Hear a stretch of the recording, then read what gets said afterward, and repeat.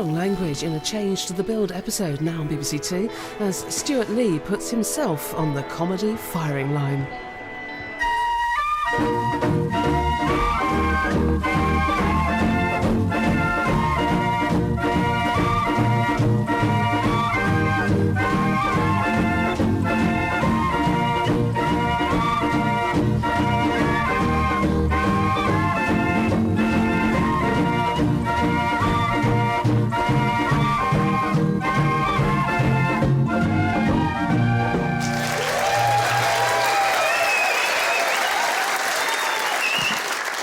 Thank you very much.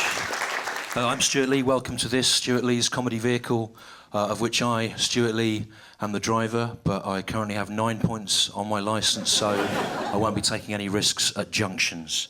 Tonight, I'm going to be talking about comedy. Now, there's a kind of glib truism about comedy. People say that stand-up comedy is the hardest job in the world, and it is the hardest job in the world. I used to live opposite a fire station, and one day I got talking to one of the firemen, and he said to me, "What do you do for a living?" I said, "I'm a stand-up comedian." And he said, "Wow, you must be very brave." I should imagine stand-up comedy is the hardest job in the world. And I said to him, "It is. And I'm glad that you, of all people, appreciate that that is the case." I said to him, "I would rather go into a burning building full of asphyxiating smoke than to have to walk out in front of 120 people in a provincial arts centre, many of whom were already kindly disposed towards me because of my many amusing Radio 4 panel show appearances." This bloke makes me sick. Being a fireman is the hardest job in the world. Yeah. Porn doesn't watch itself.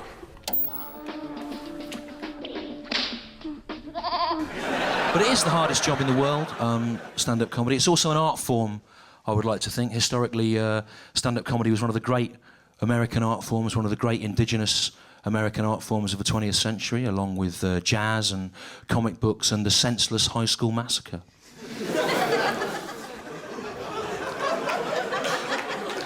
One person applauding that, and of course, for a stand-up comedian, the only thing worse than no one clapping is the sound of one person clapping alone.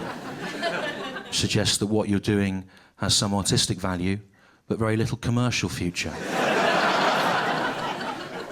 The Americans are the great stand-ups of the past. Arguably, they've been eclipsed now by the British stand-ups and the Australians and New Zealanders. But I still love going to see the American stand-ups. I love the American stand-ups. Because what I like to see is I like to see someone come out and say what the nationality of their mother was, and then what the nationality of their father was, and then combine those two things for comic effect, often for as long as 3.5 minutes. I like to see the American stand-ups come out and go, "Hey, my mom was Italian and my dad was from Lithuania. So when I see a chorizo sausage, I don't know whether to eat it or shove it up my ass." Love to see the American stand-ups. "Hey, my mom was French and my dad was from Spain. So when I see a baguette, I don't know whether to eat it or shove it up my ass." Love to see the American stand-ups. "Hey, my mom was Irish and my dad was from Jamaica. So when I see a plantain, I don't know whether to eat it or shove it up my ass." Love to see the American stand-ups. I love to see, when they come over here, I like to go and see the package shows of the American stand-ups so I can see that 5 times in a night. I like to go to the HBO Comedy Festival in Aspen or Las Vegas and see it 500 times in a week. But it's easy to stand here and make fun of the American stand-ups simply because they're of no value.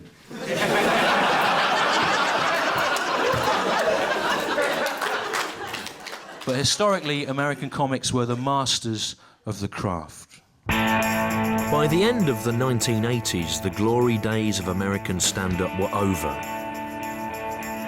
Even the incendiary cracker Sauce Ribs, formerly the voice of angry black America, "Fuck you, asshole, mother..." was now making family movies for Disney. Hunger pooping! Only one man kept the flame of the great American art form of stand-up comedy burning, and that man's name was Dill Spinks. Mice, what are they? I mean, come on. What are mice? What are mice? I'll tell you what mice are. You want to know what mice are? They're fag rats. Because what are mice but rat faggots? Mice. I mean, what are they? What are mice? They're faggot rats. Dill Spinks, more than a comedian. Dill Spinks was a prophet. He was a preacher, man. Because what are mice but rat faggots? Mice. I mean, what are they? What are mice? They're faggot rats. Mice, what are they? I mean, come on. What are mice? What are mice? I'll tell you what mice are. You want to know what mice are? They're fag rats. Lordy, lordy. The things Dill Spinks said about mice 20 years ago, they still be relevant today. Even more so. But America wasn't ready for some of the things that Dill Spinks had to say. That's what mice are, a bunch of fag rats. Don't you be railing on them mice. Oh, you don't like that. Dill was offered a prestigious slot on the Lenneman talk show on the understanding that he dropped his controversial mouse bit. But typically, Dill would not allow himself to be silenced by the establishment. Ladies and gentlemen, I'd like to talk about mice. Because what are mice but just fag? And that's when the plug was finally pulled on Dill Spinks. 2 days later, Dill fell to his death here, having been startled by a humble mouse. Mice, what are they? I mean, come on. What are mice? What are mice? I'll tell you what mice are. You want to know what mice are? They're fag rats. It would be unreasonable of me at this point not to make you aware of the fact that the reason that I am still a stand-up comedian today is because of the influence of an American comic. I've been a stand-up for 20 years. Many times I've considered giving up. It's very difficult. But in 1997, I was in Norwich and I went into a second-hand shop where I found this album. This is an American stand-up comedy album from the early 70s. It's by a comic called Franklin Ajayi, and it's called I'm a Comedian, Seriously. And I can honestly say that this album has been a constant source of inspiration to me and a great comfort in times of stress. But if you're near the front, you can see it's still in its cellophane wrapper. I've never opened it or listened to it. I've never listened to it and I have no intention of ever doing so.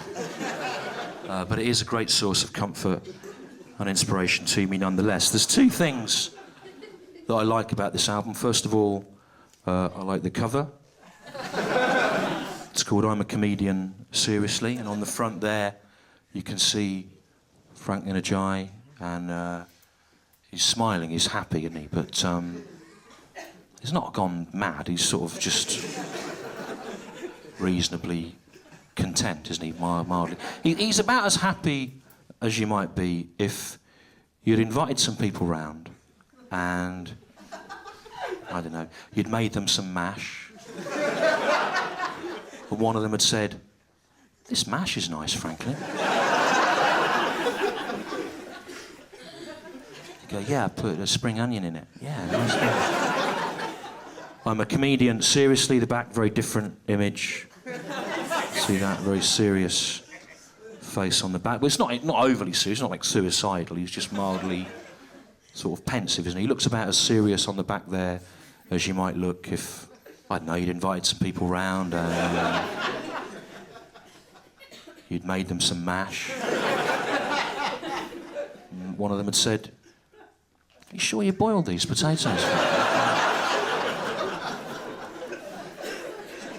"Nice mash. Are you sure you boiled these potatoes?"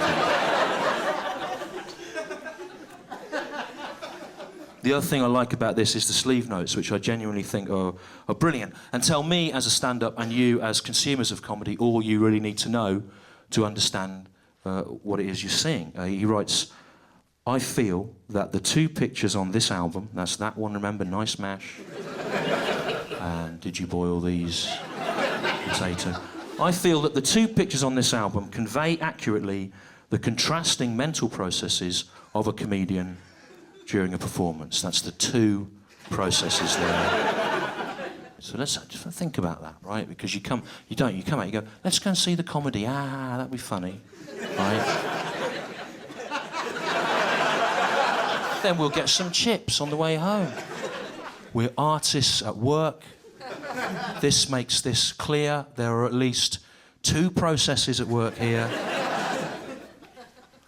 He goes on, all the material on this album is derived from events and situations which either happened to me or I observed firsthand. After thinking about these events, I found something in each one to laugh about. It would be hip if you'd join me.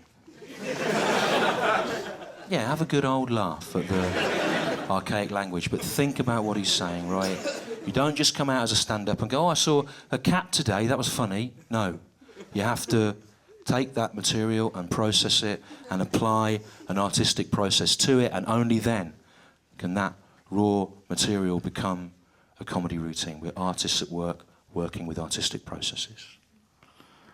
So given that we are artists working with artistic processes, let's have a look and see from the track listing what the first three subjects that Frank and Ajay chose to apply this artistic process to are. And they're homosexuals, girls with big breasts, and dick caught in zipper.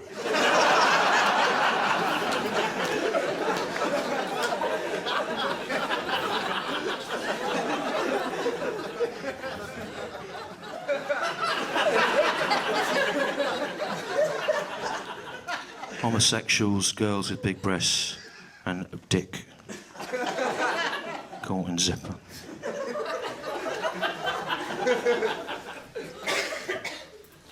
And remember, ladies and gentlemen, all the material on this album is derived from events and situations which either happened to Franklin Ajay or which he observed at first hand. And I was just wondering if homosexuals, for example, was that an event and situation which happened to Franklin Ajay? Or was it something that he observed at first hand, perhaps in a lay-by or a wood? He goes on, after thinking about these events, I found something in each one to laugh about. And I'm interested in what exactly was the time lag there. Did he see girls with big breasts and immediately find it funny? Or did he squirrel it away in his mind? And only after thinking about it for an hour, a day, a week, a year, maybe 10 years, did he realise how funny it would be to be or see girls with big breasts? We don't know. Comedy's not a science. The comedian and writer Carol Burnett said, "Comedy equals time plus tragedy." The comedian and theorist Franklin Ajay said, "Comedy equals time plus girls with big breasts." Thus, it would appear to follow that TR, tragedy, is equal to GWBB, girls with big breasts, and that either could be substituted for the other in any given situation. But is this really the case? I clad myself in the garb of the symbolic figure of tragedy, TR, and arrived at a situation where paying customers were expecting to see a girl with big breasts, GWBB. 3, 2, 1! Be or not to be, that is the question. Whether it is known in the mind of some distinct arrows of our pages. Let's see against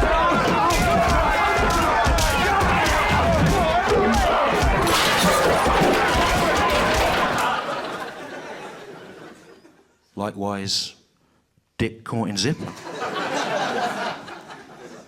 Was dick caught in zipper an event and situation which happened to Franklin Ajay? Did his own penis, the foreskin, or the part of the testicles, the scrotal sac, did it become trapped in a zipper? Did he find that funny immediately? Did he laugh at it immediately? Or did he dwell on it over time? Think long and hard about how funny that would be? Or was it something he observed at first hand? Did the dick of a man in a urinal next to him become caught in a zipper? And if so, did he look down at it? And see, did he laugh immediately? And if so, did that lead to problems? Or again, did he go away and think about it? I don't know. I've not listened to the record, as I say. I never will. I've no idea how it's dealt with. I'm not interested. But I have become mildly obsessed with Frank Minajai. I found a book that he's written, a book about how to do stand-up comedy. It's called Comic Insights, Notes of a Jazz Comedian. And Frank Minajai is known as the jazz comedian. He's known as the jazz comedian in his own imagination. And there's a little endorsement on the back of this book from another comedian called Keenan Ivory Wayans. Now, I've not seen his work, but he's in the Scary Movie series of films, so one imagines it'd be very good. And Keenan Ivory Wayans writes, Frank Minajai is the Miles Davis of comedy, the Miles Davis of comedy. Now,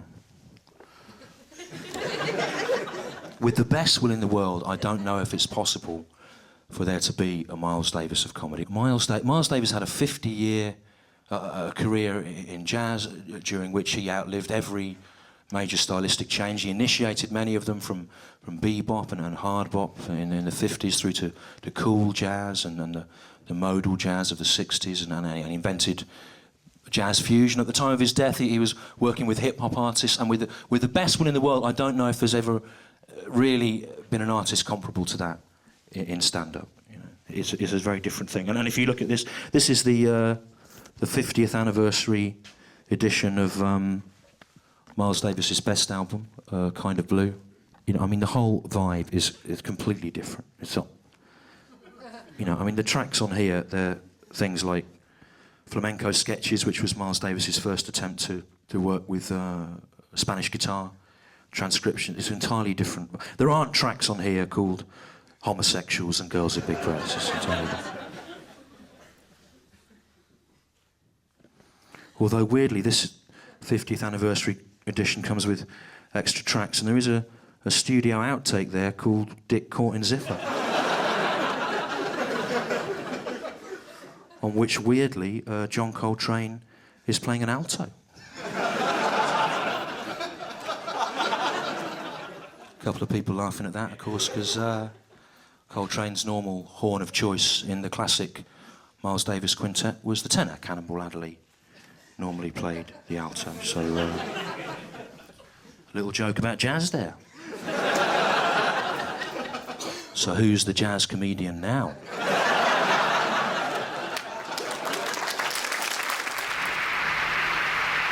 Welcome to Carnegie Hall. Tonight the quintet will start with a new composition. It's called Security Guard in a College Girl's Dorm, Looking Through the Window and Jerking Off. The other problem is it's all very well for Frank Minajai to say we should write from experience. Look at his life. It's amazing. Homosexuals, girls with big breasts, dick caught in zipper. Those don't sound like titles in a stand-up comedy set to me. They sound like chapter headings for a Fellini DVD. My life's not like that. I'm a middle-aged married father of one. My life's like a Jack D sitcom.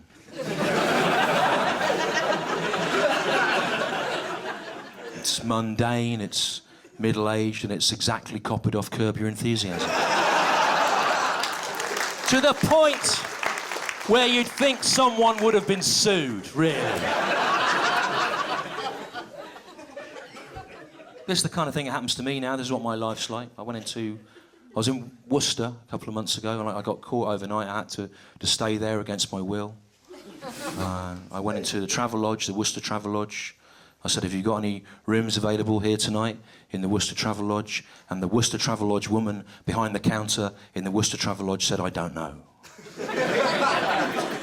And I said, hang on a minute, this is the Worcester Travel Lodge that we're in now? She said, yes. I said, you are the woman behind the counter in the Worcester Travel Lodge? She said, that's correct. I said, and yet you're unable to tell me if there are rooms available in this building, the sole purpose of which is the commercial letting of rooms.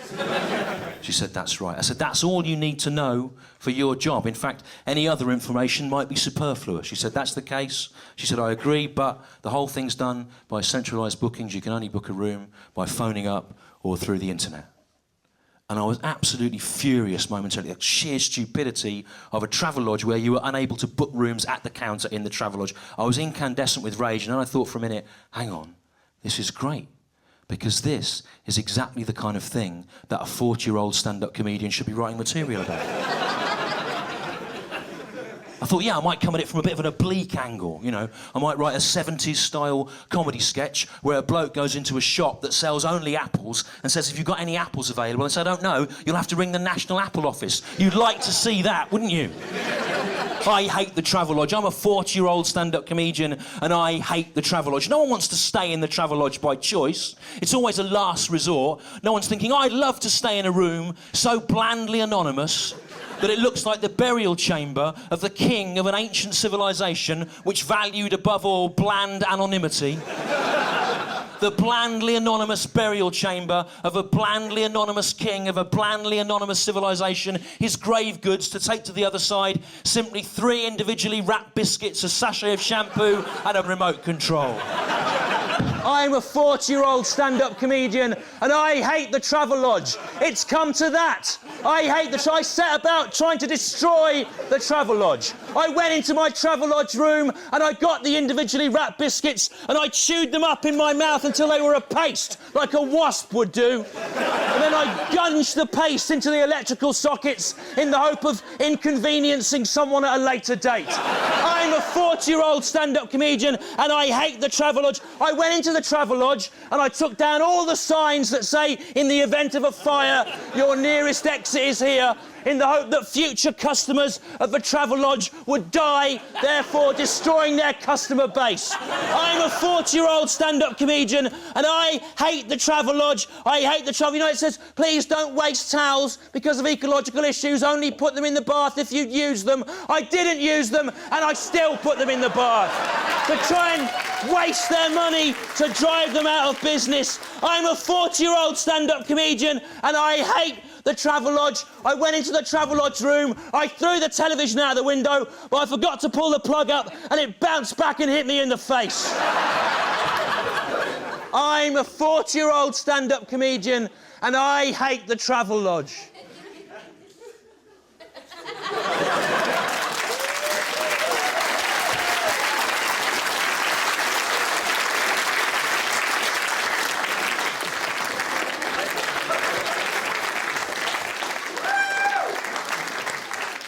And there's another glib truism about stand-up. People say the best stand-up comedians die young, but they don't. It's just that some of them are fortunate enough to die before they write their I hate the Travelodge routine.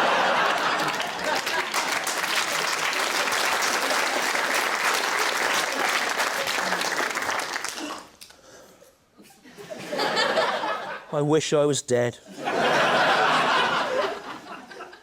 I wish that I was dead. Good afternoon. Afternoon, sir.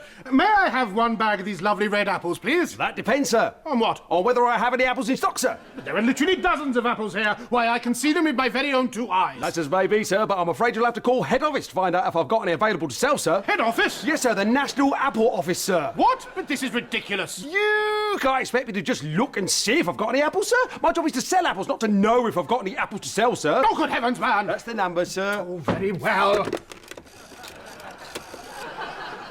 Hello? Is that the National Apples Office? Yes, I'm calling from... Kevin's Apple Shop. Kevin's Apple Shop. I wondered if you could tell me if you had any apples in stock there. There are. Thank you. There. A bag of apples, please. Certainly, sir. What type, sir? What? What type, sir? I got Baldwin, Blenheim, Braeburn, Bramley, Cameo, Cortland, Cox's, Cripps, Egremont, Elstar, Empire, Gala, Annie Cripps, Jonah Gold, McCoo, Noble Blush, Pippin, Pink Pearl and Down, Red Delicious, Ribston, Roxbury, Rome, Granny Smith's, Gravenstein, of course, the ever-popular Golden Delicious, sir. Oh, for God's sake, I don't care. I just want some apples. You have to choose a variety, sir. I can't just give you any old apples. More than my job's worth, sir. All right. All right. I'll have 6 Golden Delicious apples, then. 6 Golden Delicious, I say! Sorry, sir.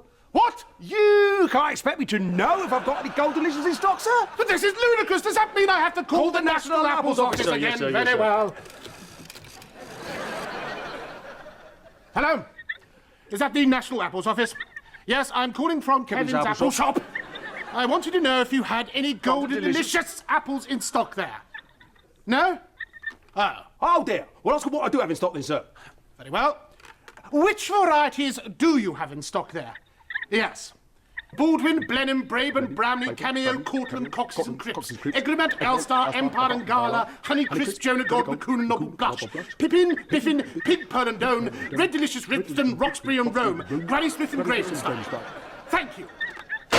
Every single type of apple except Golden Delicious, then. Oh, that is an unfortunate coincidence, sir. Well, what other type of apple would you like, sir? Do you take me for a fool, sir? But where are you driving at, sir? I'll say which type of apple I want, and then there'll be some other problem, and I'll have to call the National Apples Office again and repeat the whole absurd palaver. Not at all, sir.